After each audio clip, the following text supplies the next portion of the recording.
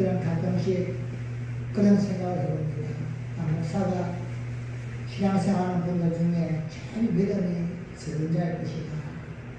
왜냐하면 성도님들은 너무나도 어려운 삶 속에 속해 있습니다. 세상 속에서 다양한 풍랑을 만나게 되어지고 또한 다양한 유혹들이 눈만 뜨면 손만 내밀면 우리의 마음을 흔들었을 만큼 주변이 악하기 때문입니다. 직장이나 사업장이나 또한 심지어는 나를 가장 잘 이해하고 나를 또한 함께해야 될 우리의 또한 가족들도 눈치일 때가 너무나 많이 있습니다. 즉 다른 것은 다 몰라도 즉 신앙만큼은 온전히 신앙생활 할 수 없게끔 발목을 붙잡고 힘들게 할 때가 너무나 많은 반면에 목사는 그래도 모이는 사람들도 목사직입니다. 어디 가도 이렇게 분위기도 그렇고 제일 아마 좀 그래서 필요한 반면에 믿음이 워낙 없으니까는 이렇게 하다 만들어 놓지 않을까. 그렇지만 제가 할 수 있는 부분은 항상 제가 당연히 기도할 때마다 성도들 위해서 기도합니다. 저는 솔직히 제 개인이나 제 가정이나 제 주변에서 기도를 많이 하지 않습니다. 어차피 하나님이 아시니까 제가 다른 분들 위해서 기도할 때에 하나님이 그것을 다 같이 포함해서 할 것을 아시기 때문에 왜냐하면 우리의 성도인들은 가장 어려운 자리에 나와 있기 때문에 한순간도 저 눈을 떼면 안 되는 긴장하지 않으면 안 될 그러한 환경 속에 살기 때문에 날마다 기도할 수밖에 없는 것입니다. 그래서 가끔씩은 좀 직장에서 어렵다, 사업이 어렵다 그러면은 그룹 놓고 기도할 수밖에 없습니다. 또 그렇게 기도를 하다가도 또 마음이 덜컹할 때가 있습니다. 왜일까요? 그렇게 기도하다 보면은 좀 좋아질 때가 있는 거예요. 그럼 하나님 이제는 믿음으로 살기를 원합니다.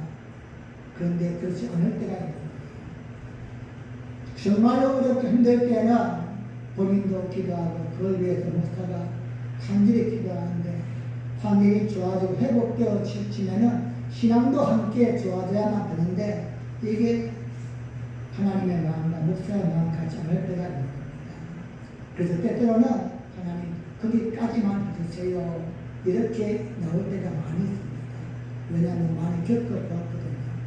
그 이상을 넘어서면은 좀 더 신앙도 지키고 자신의 삶도 지켜나가면 너무나도 아름다운데 그래서 바울이 그렇게 아마도 자신도 고백했지 않을까. 하나님 나에게 부활에도 마시고 천하에도 마시고 적당히 해주세요. 너만 내게 부하면은 거기에 취해서 하나님을 믿는 신앙을 버릴까 두렵습니다. 또한 내가 너무나도 비천에 처하면은 하나님께 영광을 받을까 두렵사오니 적당히 먹고 살게만 해주세요. 죽지 않을 만큼만 아프게 해주시고 또한 문제들 하나 또 해결하면 또 하나 생기고 또 하나 해결하면 또 하나 생기고 그래서 끝없이 하나님께 기도할 수밖에 없게끔 만들어가는 이러한 삶이 하나님이 가장 원하시는 삶이 아닐까. 여러분 우리가 성장하지 않으면 하나님께 언제나 자기는 근심이 될 수밖에 없다. 우리는 이걸 지금 마태복음을 통해서 깨닫게 되어집니다. 부모에게 하나의 간절한 소망이 있다면 자녀가 성장하는 것, 철이 드는 겁니다. 철이 들어서는 자신이 할 일을 알아서 해 나갈 때에 이때 비로소 감사하게 되어지고 만족하게 되어지듯이 우리의 신앙의 삶도 그러한 모습으로 조금은 이제는 바뀌어 나갈 때가 되지 않았나 생각합니다. 우리 지금 많은 시간을 통하여서 우리 주님 주신 마태복음을 공부하고 있습니다. 여러분 우리가 많은 성경책 안에서 너무나 쉽게 읽었고 또한 가장 많이 알고 있는 내용이 아마 창세기와 또는 마태복음이 아닐까 생각합니다. 근데 우리가 아는 만큼 그 속에 있는 기중의 의미나 진리의 핵심을 우리가 깨닫지를 못하면 아무런 의미가 없는 겁니다. 이건 창세기는 우리의 신앙을 여는 문입니다. 그 창세기가 열리지를 않으면 신앙 전체가 열리지 않고 성경 전체가 보이지 않습니다. 그래서 어떤 문헌 이야기를 창세기 1장 1절이 안 믿어지면 전체가 다 안 믿어지는 겁니다. 태초에 하나님이 천지를 창조하시니라 이게 믿어지십니까? 과학적으로 증명도 안 되고 설명도 안 되는 이 한마디가 딱 믿어질 때에 그 다음에 무슨 말씀을 하셔도 다 믿어진다는 겁니다. 하지만 창세기 1장 1절에서 어떻게 만들었을까? 대체 이해가 안 되고 설명이 안 되고 또한 내가 눈도 또한 확인이 안 되고 그러한 모든 말씀이 다 비관적이 되어지고 의심과 질문 속에 갇히게 되어집니다. 마태복음은 우리 예수님께서 이 땅에 오신 이유와 또한 이 땅에 오셔서 하신 말씀을 우리에게 들려주고 있습니다. 여러분, 우리 예수님 이 땅에 왜 오셨습니까? 가장 큰 목적은 우리를 죄에서 구원하기 위함입니다. 하지만 또 하나, 그보다 또 하나 큰 목적이 있다면 구원받은 백성이 어떻게 살 것인가. 그리고 너희는 이제 구원받은 백성이 되었으니 장차 너희가 영원히 살 천국, 거기에서 영원히 살기 위해서는 최소한의 기본적인 도리와 모습을 갖추기를 원하시면서 하나님의 나라를 우리에게 선포하고 있습니다. 우리는 말씀을 읽으면서 말씀을 들으면서 우리가 하나 마음에 딱 명심해야 할 것이 있다면 성경은 믿는 자에게 주신 책입니다.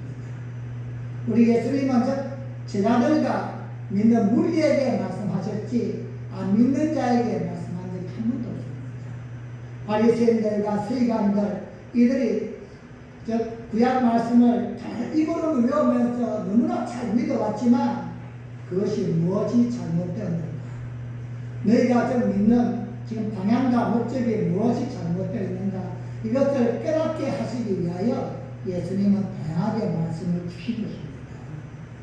이런 의미에서 우리가 말씀을 읽고 또 말씀을 들을 때는 이것은 그냥 세상에 믿지 않는 사람들이 들어야 될 말씀이다. 이것이 아니라 내 스스로 개인에게 적용시켜야 합니다. 내 자신에게 말씀을 인내하지 않으면 아무런 효과가 없고 상관이 없습니다. 그냥 예수님이 이런 말씀 하셨구나 말씀으로 끝나버리고 말기 때문에 우리 수많은 말씀을 듣고서 듣지만도 우리에게 아무런 힘과 능력이 없는 이유는 바로 그것이 아닙니다. 작은 씨앗을 하나 심어도 어떤 나무를 심어도 그래야 지속적으로 물을 주고 또한 영양분을 공급해주면은 때가 되어지면 성장이 되어집니다. 즉 생명 있는 모든 것들은 다 성장이 되어지고 깨닫게 되어지고 자라고 열매가 맺히게 된다는 겁니다. 믿음은 생명입니다. 믿음은 예수님을 소유한 생명이요 너희 속에 아들이 있는 자에게 생명이 있고 생명이 있는 자에게는 아들이 있다 말씀하셨는데 우리는 예수님을 믿습니다 고백하면서 하나님의 말씀을 듣지만도 성장하지 않는다면 조금은 문제가 있다는 것입니다. 우리 지금 이제 우리는 마태복음 13장을 보고 있습니다. 이제 전체적으로 볼 때 중간 정도에 들어왔습니다. 마태복음 전체가 28장으로 되어 있지만도 우리 예수님이 하신 말씀은 마태복음 5장부터 시작이 됐습니다. 그런 것 중에 5개의 설교가 포함되어 있다. 지금 우리가 3번째 설교를 지금 듣고 있습니다. 예수님이 우리가 하시는 말씀은 모두가 다 이 땅에서 우리가 잘 살고 잘 먹고 잘 누리자 이 말씀은 어디에도 없습니다. 너희는 하나님의 백성이 되었으니 하나님 나라에서 어떻게 살 것인가 그러기 위해서는 너희가 교회에서 먼저 이 세상 속에서 기본적으로 연습을 해야만 한다는 겁니다. 어느 날 왕이 여러분을 양자로 삼았습니다. 우리 신분과 조건이 안 되지만도 거지같이 살고 내 마음대로 살았지만 왕이 우리를 조건 없이 양자로 삼는 그 순간부터 우리는 왕대한 이름과 공기란 이름을 붙이면서 걸맞는 삶을 살아가는 겁니다. 하기 싫지만도 왕궁의 법도를 보여야만 되고 또한 음식을 먹을 때도 내 마음대로 먹을 수 없습니다. 먹는 절차와 법도대로 먹어야만 되고 이것이 한편으로는 너무나 귀찮고 수고스럽지만 왕자답게 공주답게 만들어가는 훈련인 것입니다. 이러한 훈련이 되었을 때에 그 왕자에게 왕위를 물려주지, 여전히 그냥 개차반처럼 사는 자에게 왕위를 절대 물려줄 사람은 없습니다. 성경은 우리에게 즉 믿음으로 구원받는다 약속합니다. 우리 모두가 예수를 믿는다고 고백했지만 그 믿음은 우리는 인간으로서 증명할 수 없습니다. 우리 예수님께서 병자를 고치든지 아니면 죽은 자를 살리든지 어떤 환경과 사건마다 물으시는 질문 한 가지 핵심은 너희가 나를 믿느냐는 것입니다. 너가 나를 믿느냐? 여러분은 예수님을 믿으십니까? 여러분은 하나님을 정말로 믿으십니까? 그렇다면 우리는 하나님의 말씀도 믿어야만 한다는 겁니다. 우리 사실은 내가 믿는다고 그냥 폼은 잡고 교회 왔다 갔다 하지만 우리는 말씀을 통해서 볼 때에 내가 믿는 것이 아니었구나. 10분은 비오나 또 오늘 주시는 이 그라제 비유를 통하여서 앞으로 또한 주시는 양과 염소의 비유, 또한 잃어버린 한 마리의 양 비유, 이러한 다양한 예수님의 말씀을 통하여 볼 때에 나는 우리 밖에 있는 자였구나.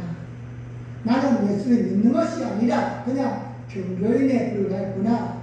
이러한 것을 우리는 또한 깨달아야만 하는 겁니다. 예수님의 말씀은 이 땅에 있는 믿지 않는 자에게 주는 말씀이 아니라는 사실을 여러분 또 한번 기억하시고, 여러분 개인에게 적용시키고 내 쪽에 담을 때에 우리가 또 한번 회개하게 되어지고 또 한번 성장할 수 있는 좋은 기회가 될 줄로 믿습니다. 말씀을 시작하면서 좀 긴 서두를 들었지만 우리가 지금 왜 마태복음을 공부하고 있는가? 이 마태복음을 우리가 완벽하게 이해할 수가 있다면 다른 성경을 볼 필요가 없습니다. 마가복음, 누가복음, 요한복음은 다 공간복음이기 때문입니다. 그리고 또 그 다음에 있는 사도행전이나 로마서 모든 것들은 이 땅에 살고 있는 신앙인들에게 힘과 용기와 격려를 주기 위한 말씀일 뿐입니다. 즉 마태복음이 열리면은 나머지 성경은 그냥 받아들여지게 된다는 겁니다. 여러분 그런 각도에서 또 한 분들도 우리 예수님의 음성을 여러분의 마음속에 채울 수 있기를 주님의 이름으로 간절히 축복합니다. 오늘은 우리가 읽었던 본문의 말씀을 통하여서 우리 예수님이 하신 두 번째 비유입니다.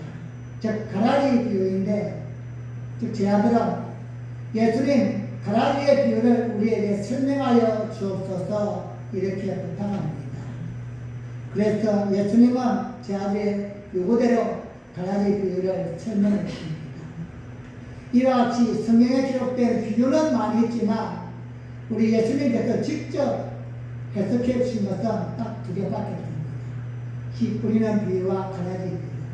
나머지의 모든 비유는 밭에 감추인 부화와 같은 것, 또한 진주와 같은 것, 다양한 것들은 예수님이 직접 설명해 준 적이 없습니다. 그래서 이 두 비유는 우리가 다른 설명할 필요가 없습니다. 예수님이 이미 해석해 주셨기 때문에 예수님이 하시는 그 말씀에 우리는 그저 귀를 기울이면 되는 것입니다. 그러면서 다시 한번 말씀을 정리해 봅니다. 좋은 씨를 뿌리는 사람이 밭에 좋은 씨를 뿌렸습니다. 그리고 당연히 그 밭에서 좋은 씨가 성장하여서 좋은 나무가 성장하고 좋은 열매가 맺힐 줄 알았습니다. 그런데 모두가 잠자는 밤에 그 사람의 원수가 와서는 곡식밭에 가라지를 덧뿌리고 갔습니다. 그래서 눈에 보이지 않지만 가라지도 좋은 씨와 함께 성장하게 되었습니다. 시간이 흘러서 싹이 날 때는 몰랐지만 싹이 자라서 결실할 때가 되니 그때서야 가라지가 눈에 들어오기 시작했습니다. 종들이 주인에게 와서 말합니다. 주인님, 밭에 좋은 씨만 뿌린 게 아닙니까? 어떻게 가라지가 생겼습니까? 우리가 가서 그 가라지를 다 뽑아버릴까요? 그러자 주인은 가라지를 뽑다가 곡식까지 뽑을까 걱정되니 가만두라고 말합니다. 둘 다 추수할 때까지 두었다가 추수할 때에 가라지를 먼저 추수하여서 불 태우기 위해서 단으로 묶고 곡식은 곡간에 넣으면 된다고 말씀합니다. 여러분, 이 비유를 통하여 예수님이 우리에게 말씀하신 말씀하시는 의도와 뜻이 무엇입니까? 이 아침에 또 한번 깨닫고 남은 시간 안에서도 하나님이 원하시는 신앙의 삶을 살아갈 수 있는 여러분같이가 되기를 주님의 이름으로 간절히 축복합니다. 먼저 우리 예수님은 제자들에게 비유를 해석해 주십니다. 우리 지난 시간에 씨 뿌리는 비유에 대하여 말씀을 들었습니다. 씨 뿌리는 비유에서 씨를 뿌리는 자가 씨를 뿌리러 나갔을 때에 들어는 길가밭에 떨어지고 들어는 돌짝밭에 떨어지고 들어는 가시덤불밭에 떨어지고 들어는 수원밭에 떨어졌다 말씀했습니다. 그리고는 그 씨는 하나님의 말씀이요 밭은 우리의 마음이다 이렇게 해석해 주었습니다. 우리의 마음이 더 좋아야만 그 씨가 아름다운 결실을 맺는다고 말씀하시면서 우리 말씀을 사모하는 마음을 가져야만 된다고 말씀을 드렸습니다. 언제나 말씀을 듣고 싶어서 듣는 자세, 그리고 그 말씀을 듣고서 즉 깨닫기 위해서 기도하고 최선을 다하는 것, 말씀을 듣지만도 읽지만도 무슨 말씀인지를 이해하지 못하면 나에게 아무런 은혜도 없습니다. 그렇다면 그 말씀을 깨닫기 위해서 기도하고 최선을 다해야만 된다고 말씀을 드렸습니다. 우리 예수님께서 씨 뿌리는 비유를 해석해 주신 이유도 말씀을 듣는 12제자의 마음이 부족해서가 아닙니다. 너희가 수많은 말씀을 듣지만도 깨닫지를 못하면 아무런 유익이 없다는 뜻을 그들에게 제시해 준 것입니다. 가라지 비유가 오늘 우리에게 주는 교훈은 무엇보다도 그렇게 말씀을 듣는 삼는 반이나 긴 시간 동안에 예수님의 말씀을 직접 들었지만 깨닫지 못하는 그들을 향하여서 말씀을 깨달아야 된다는 의도에서 가라지 비유를 주었던 것입니다. 예수님의 제자들은 예수님의 말씀이 너무나도 심오했던지 깨닫지를 못했나 봅니다. 그래서 다시 그들은 예수님께 요청합니다. 예수님, 갈리 비유를 우리에게 설명하여 주세요. 즉 해석해 달라는 겁니다. 씨 뿌리는 비유가 12제자들은 예수님께 요청했듯이 가라지 비유도 예수님에게 요청합니다. 그러자 예수님은 그것을 자세하게 설명해 줍니다. 제자들은 예수님의 말씀을 듣지만 깨닫고 싶었습니다. 그것이 무슨 말씀인지 이해하고 싶었던 것입니다. 그래서 우리가 어떻게 행동해야 되며 내가 무엇을 해야 될 것인가를 바로 알기 위해서 주시는 말씀을 깨닫고 싶었습니다. 우리 또한 마찬가지입니다. 말씀을 읽을 때나 들을 때에 적지 깨닫는 사람이 있는가 하면 도무지 감을 못 잡는 사람도 없지 않습니다. 이럴 때는 그냥 시간 낭비에 불과할 뿐입니다. 뭔가 듣기는 들었는데 하는 행동을 보면은 전혀 듣지 않은 사람처럼 행동한다면은 이것은 이해하지 못한 사람입니다. 깨닫지 못한 사람입니다. 우리가 나이를 어린 아이들에게 심부름을 시키면은 설명을 많이 해서 잘하는 게 아니라 간단하게 설명해도 딱 알아듣거든 하는 아이가 있는가 하면은 많이 설명해 줘도 도무지 깨닫는 친구도 있습니다. 깨닫지 못하면 말씀은 의미가 없다는 겁니다. 말씀을 깨닫지를 못할 때는 이해할 수 없고 이해하지 못하면 행동하지 못하기 때문입니다. 교회 안에서가 아니라 말씀을 듣고 말씀을 깨닫는 이유는 세상 속에서 그렇게 살기 위해서 우리에게 말씀을 주시는데 이것을 깨닫지를 못한다. 그렇다면 들을 필요가 없는 것입니다. 예배는 들었지만 그냥 꽁꽝 치고 가는 겁니다. 하나님이 우리에게 이 한 주간도 어떻게 살기를 원하시는가, 내 신앙의 삶 속에서 어떻게 살아야 할 것인가 깨달음이 없다면 우리 그냥 신앙의 소리에 불과할 뿐인 것입니다. 예수님의 제자들은 가라지 비유를 듣기는 들었는데 이게 무슨 뜻인지를 깨닫지 못했습니다. 그래서 예수님께 요청합니다.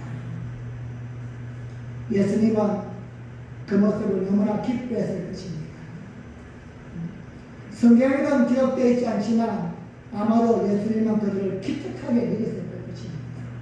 그냥 모르면 모르는 대로 넘어가지 아니하고 예수님께 알기 위해서 다시 질문하는 그 모습을 보면서 예수님은 칭찬했을 것입니다.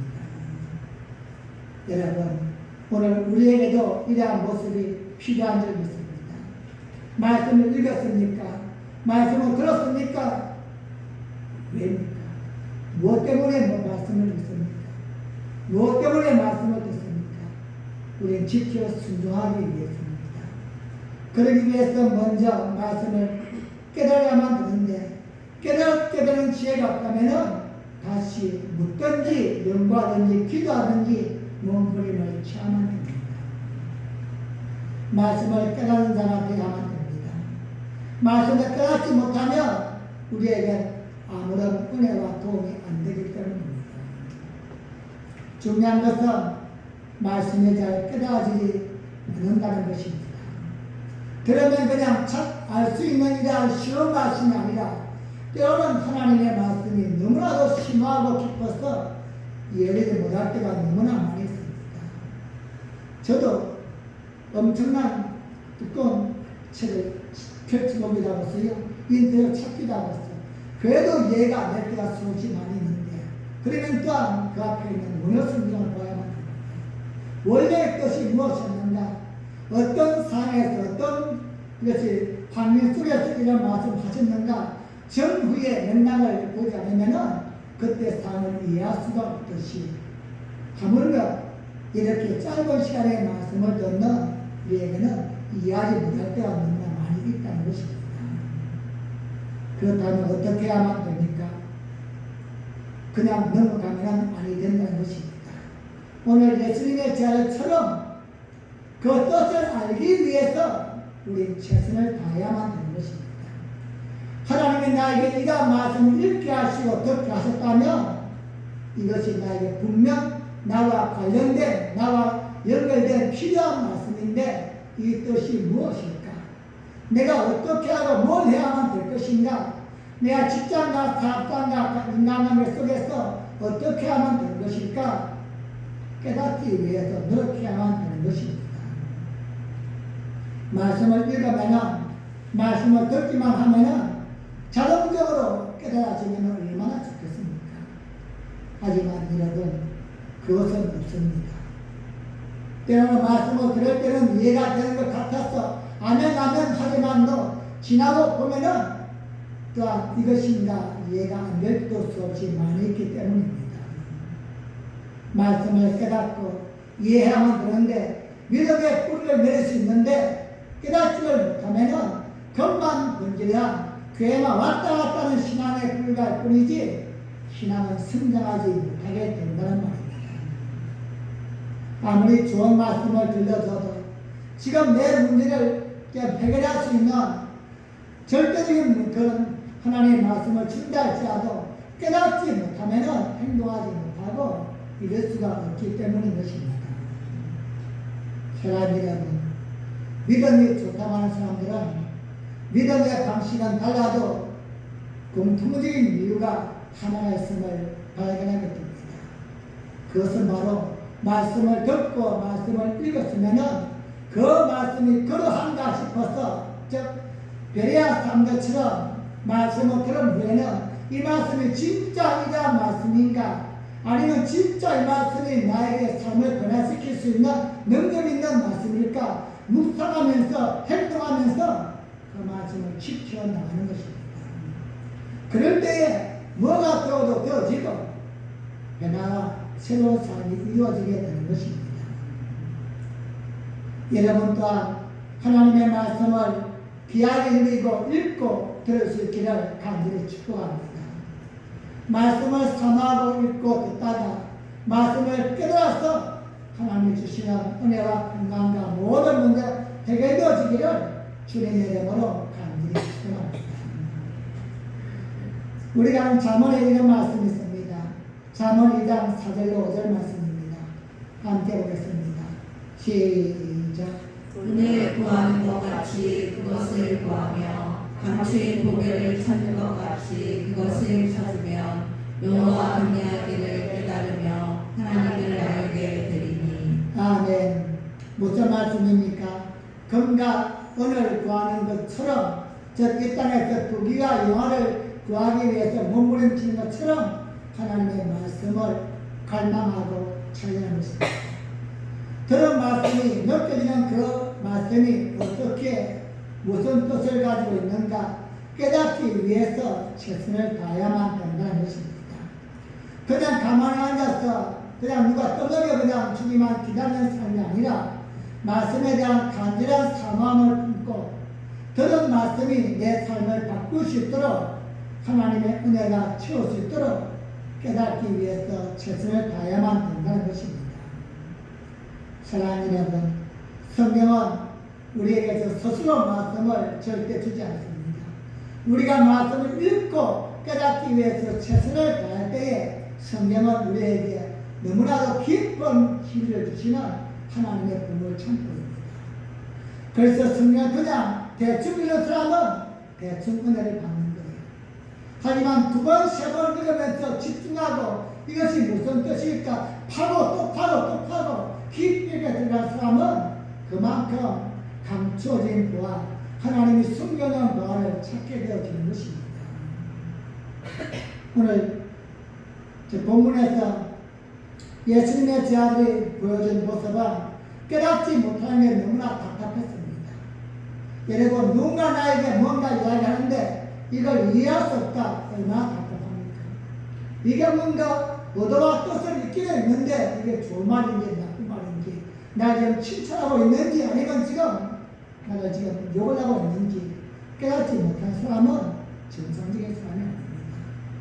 깨닫기 위해서 최선을 다하는데 예수님의 제자들은 예수님께 물어보는 것입니다. 지금 예수님이 계신데 무엇을 걱정할 수 있겠어요? 이들은 예수님께 질문합니다. 가지 비유에 대하여 직접 말씀해 주세요. 우리 또한 말씀을 깨닫기 위해서 갈망하는 마음을 품어야만 됩니다. 주시는 말씀이 은혜가 더 적지만 그 은혜를 내가 어떻게 무엇을 통해서 이뤄나가야만 될 것인가 행동하기 위해서는 온전히 깨달음이 있어야만 됩니다. 어떻게 하면 됩니까? 여러분, 성경은 성경으로 푸는 것입니다. 들었던 말씀, 읽었던 말씀이 이해가 안 되십니까? 그렇다면 그 부분을 10번, 20번, 100번 읽으십시오. 그것도 안 되면 앞에 한 절, 뒤에 한 절 연결해서 읽으십시오. 그것도 안 되면 그 한 장 전체를 다 읽는 것입니다. 왜 이 말씀을 주었을까? 어떤 상황에서 지금 누구에게 하시는 말씀입니까? 이게 지금 칭찬일까 아니면 책망일까? 전체적인 배경을 다 알게 되어지면은 아하, 예수님이 지금 이러한 모습으로 이렇게 하셨던 말씀이구나 깨닫게 되어지는 것입니다. 성경은 성경으로 풀어야만 됩니다. 말씀을 읽고 읽을 때에 지난해 깨닫지 못했던 말씀을 신기하게도 깨닫게 될 때가 너무나 많이 있습니다. 여러분, 그 성경은 성경으로 푸는 것입니다. 다른 것을 찾지 마십시오. 여러분의 생각이나 누구의 조언도 때로는 필요하겠지만 이해가 안 되고 깨닫지 못할 때는 다른 방법보다는 가장 좋은 방법은 하나님께 기도하면서 또 읽고 또 읽는 것입니다. 그렇게 읽다 보면은 눈이 열 때가 있습니다. 그때까지 읽으시면 됩니다. 두 번째로는 이 땅에서 하나님의 나라는 성과 아비 갈등하는 모습을 우리에게 말씀합니다. 예수님이 설명해 주신 가라지 비유에 대하여 다시 한번 생각해 봅니다. 37절 말씀에는 좋은 씨를 품는 자는 인자라고 말씀하십니다. 예수님은 지금 천국 복음을 뿌리고 계시는 것입니다. 그리고 예수님의 명령을 받은 교회와 믿음의 사람들은 예수님의 말씀을 증거합니다. 교회와 예수 믿는 사람 역시 천국의 복음을 씨를 뿌리고 있는 것입니다. 우리 모두가 다 하나님의 나라의 도구가 되어서 하나님의 나라에 씨를 뿌리고 있는 것입니다. 이어지는 말씀 보시면 밭은 세상이요 교회라고 말씀합니다. 좋은 씨는 천국의 아들들이라고 말씀합니다. 그리고 가라지는 악한 자들의 아들들이라고 말씀합니다. 그리고 가라지를 심는 자는 원수 마귀라고 말씀합니다. 예수님은 가라지 비유를 처음 시작하면서 24절에서 천국은 이렇게 시작하십니다. 즉 이 땅에서 교회는 충도는 이것이 아니라 지금 이 비유가 무엇을 뜻하는가, 그리고 지금 내가 하는 이 메시지가 무엇이 중심인가를 예수님은 항상 분명하게 제시해 주었습니다. 천국은 이와 같은 것입니다. 즉 좋은 시도 있고 나쁜 시도 있다는 것입니다. 즉 하나님의 거룩한 자녀도 있고 마귀의 자녀도 있다는 것입니다. 그런데 오늘 우리 예수님이 말씀하시는 천국은 이중성이 있습니다. 하나는 완벽한 하나님의 나라, 우리가 이 땅을 끝난 후에 가는 천국입니다. 그리고 오늘 지금 예수님이 하시는 하나님의 나라 천국은 이 땅 교회를 이야기합니다. 즉 믿는 자들이 살고 있는 교회와 이 세상에는 하나님의 거룩한 의만이 있는 것이 아니라는 것입니다. 마귀의 자녀도 교회 속에 있고 마귀의 자녀도 세상 속에 당연히 속해 있다는 것을 우리에게 알려주고 있는 것입니다. 교회는 이러한 하나님의 나라의 실제적인 모습이요, 날마다 선한 싸움을 싸워서 이겨나가서 결국은 승리해야 될 그러한 장소하고 교회의 것입니다. 가라지 비유가 제시하는 중요한 점은 이 땅에 있는 하나님의 나라, 즉 교회는 선한 자와 악한 자가 함께 공존한다는 사실입니다. 여러분 너무나 충격적인 말씀 아닙니까? 우리 교회만 나오면 다 천국 간다고 알고 있는데 맞습니다. 하지만 또한 예수님의 말씀도 맞습니다. 우리 예수님은 누구든지 주의 이름을 부르면 구원받는다 맞습니다. 하지만 그 구원이 어떤 각도이냐, 믿음으로 내가 불렀느냐 아니면은 필요해서 불렀느냐, 병나기 위해서 돈 벌기 위해서 불렀느냐, 차원은 다른 것입니다. 그래서 교회 속에도 하나님의 나라에도 알곡과 가라지가 있다는 사실을 우리에게 경고해주고 있는 것입니다. 왜입니까? 우리 자신을 스스로 돌이켜보면서 아직은 기회가 있다는 것입니다. 아직은 추수할 날이 아니기 때문에 미리미리 우리 자신을 돌이킬 수 있는 기회를 하나님은 주시는 것입니다. 농부는 좋은 신학꾼입니다. 그런데 밭을 보니 어느새 가라지도 함께 자랍니다. 비유하신 대로 원수가 몰래 뿌리고 간 것입니다. 마찬가지입니다. 이 땅의 하나님의 나라는 우리도 모르는 사이에 순수하지 못한 다양한 악한 것들이 들어가 있습니다. 그것이 사단이든 생각이든 분파든 아니면 아예 이단이든 어떤 형태든 교회 속에 수많은 악한 가라지가 들어와 있다는 것입니다. 그래서 이 땅을 살아가는 하나님 나라 백성은 항상 긴장해야만 됩니다.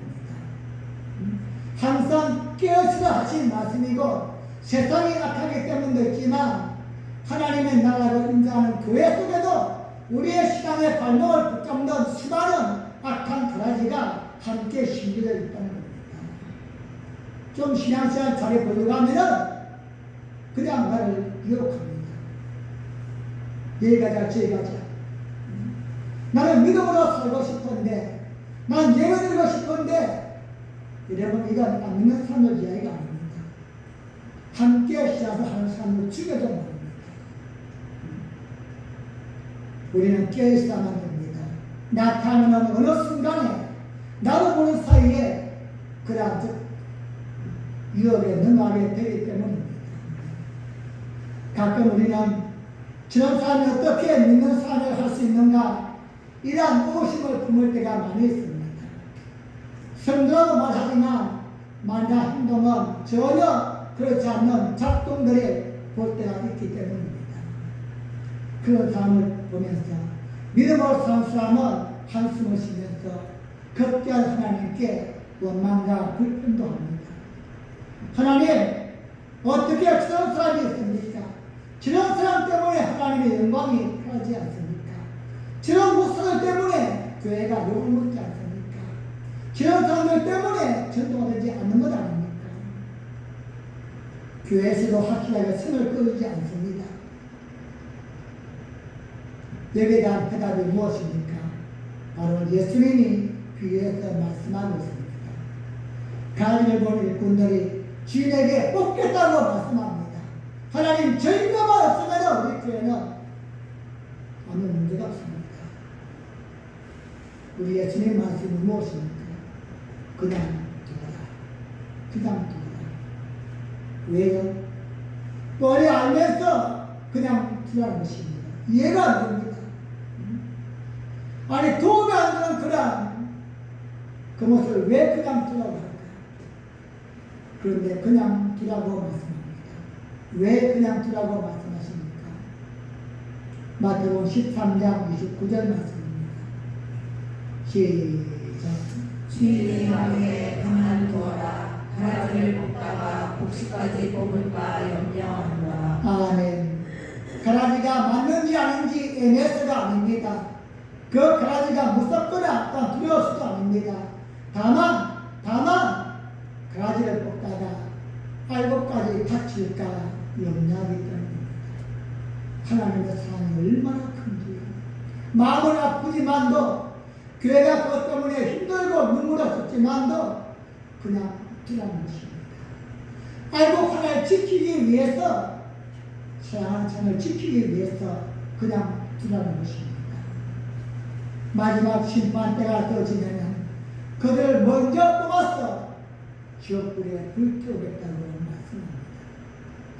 사랑하는 여러분, 우리는 물론 선한 알곡입니다.